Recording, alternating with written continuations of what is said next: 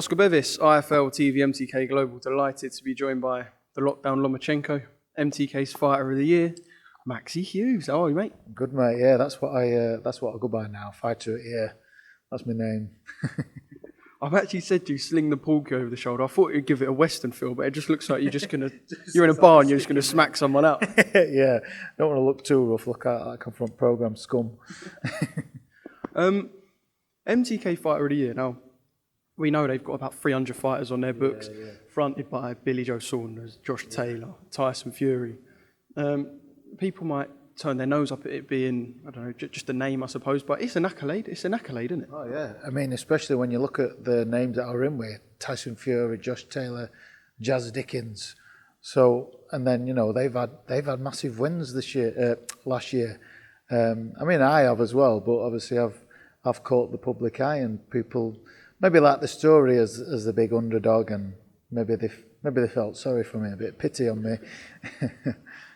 I asked you how it's been, and you said not that it hasn't been tough. So it must have been a little bit tough for you to even say that. Has it been not tough because you don't want it, but because it's different? It's quite a quick U-turn, would you say? Yeah, absolutely. Yeah, I mean, COVID situation is tough for everyone. People have lost loved ones, and just like for me, not being able to see my other family and friends, like my mum and everything. But in terms of my boxing career, it's not been tough. It's been different in the setup, like you're in the bubbles and everything. But it's been good to me, and the environments.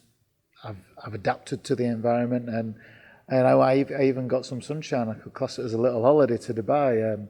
The lockdown's not as strict in Dubai, so we did get a bit of freedom. We were able to go see a few sites. I managed to get to the beach, got my feet in the sea. So yeah, it was nice. And then I topped the year off by winning Fighter of the Year. Not that I'm a cynic or anything, but sometimes people get towards a certain stage of their career and they might fight purely for the money. They might say, I'm looking for that big money fight, and then I'll jump out of the game. I've got my health, I've got my mind and all that.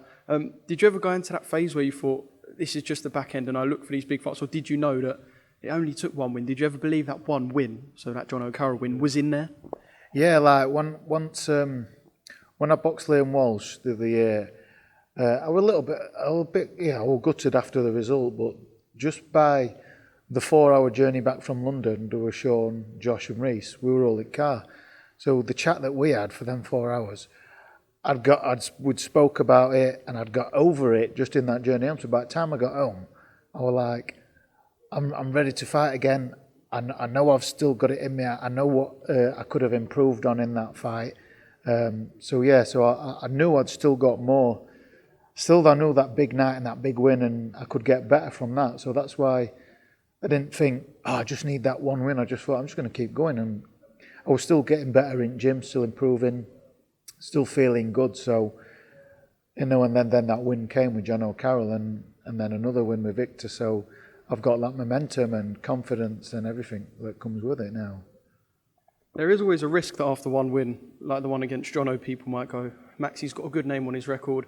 Now, if we can get someone to fight him on our home show and beat him, we can use Maxi's last win as sort of the selling point. But now you've got 2 wins. Now you're the selling point and you're the one pushing for titles. And I don't know, you're the A side now, could we say? Yeah, maybe, because I've now been signed up by MTK, so I've got that backing by a big promoter. And yeah, you could say I'm the A side. Let's see what fights they can get me. And WBC top 15 as well. That is unbelievable. Chuffed to bits with that. And obviously I'm setting my sights high and looking at thinking, well, if Devin Haney can't get his top fights against the boys that he wants, them unifications, then get me in. I'll put me in. If he's after a keep busy fight, I'm more than happy to go in deep end and turn him over. I mean, what do you do? Do you lobby with the board? Do you push for that? Because, we've got to be realistic. Devin Haney's not going to turn around and take that on. He's looking for big fights, yeah.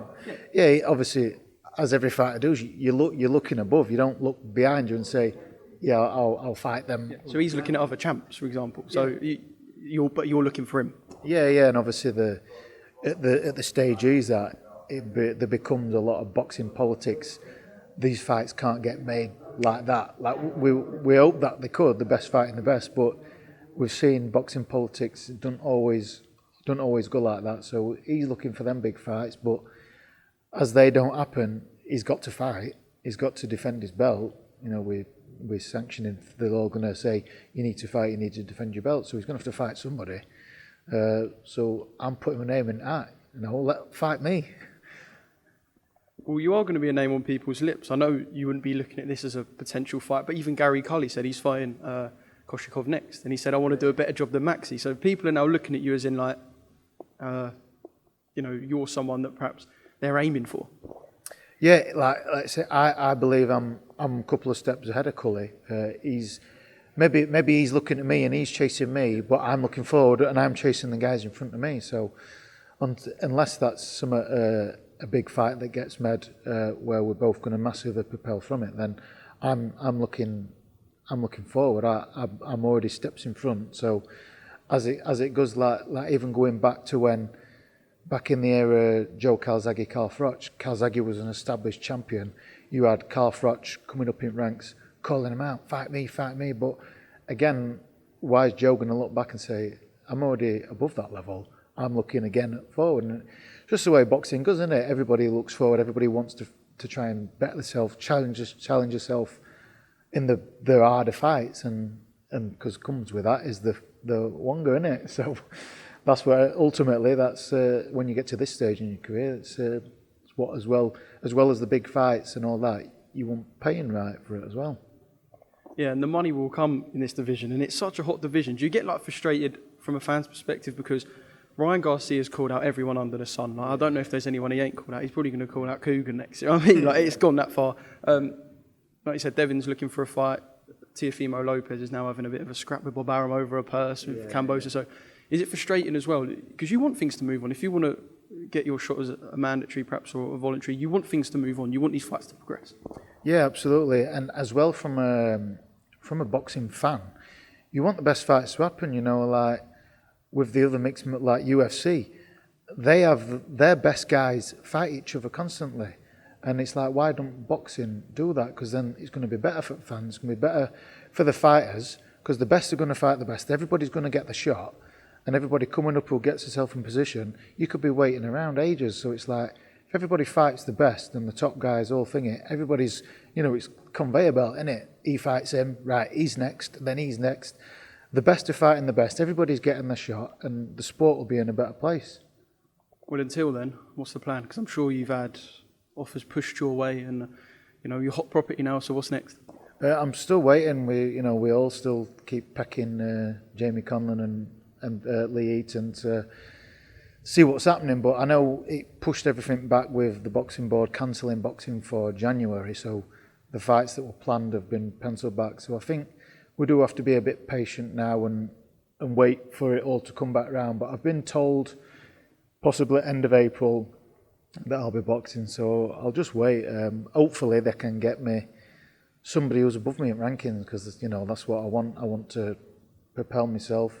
Lee Selby's only one position in front of me with WBC, so it's a good domestic fight. So that'll be interesting. Oh, that gets me licking my lips. That's a really good fight, you and Lee. Would it potentially be back in Dubai for you next time, though? I mean, like you said, it's not a bad place to go. There's like sun loungers around the ring, and it's quite a different setup to being in your bubble here at Wembley, but it's hardly an opportunity you're going to sneer at. I know, yeah. Again, it's a good chance to get some sunshine. It's a lovely place. I'm undefeated in Dubai, so. What a stake that is!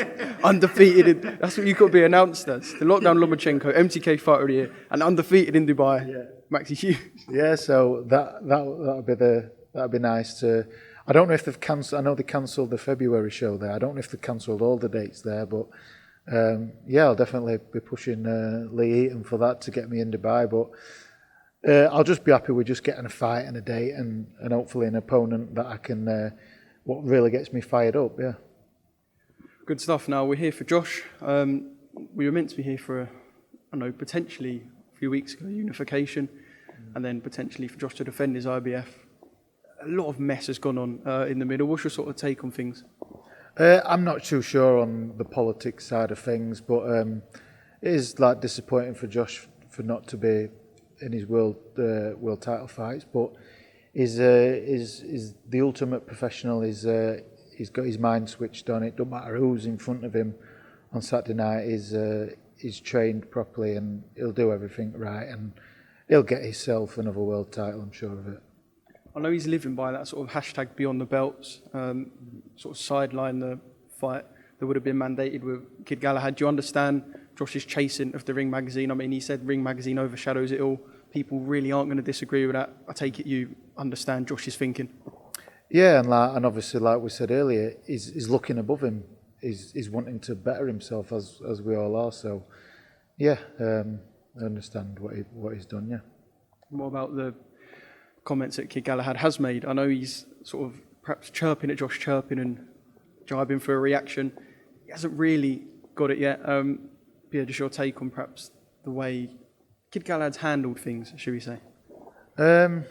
I don't take much notice of it, to be honest. He's said what he's got to say.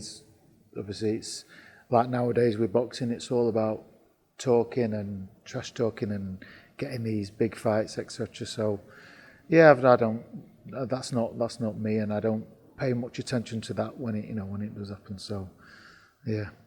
Well, one thing, like you said, you are paying attention to is the people above. Do you want to look down the camera and give Devin Haney a message, Maxi? Yes, Devon, just fight me. Come on, son. Give me my shot. As Clubber Lang said, you got your shot, now give me mine.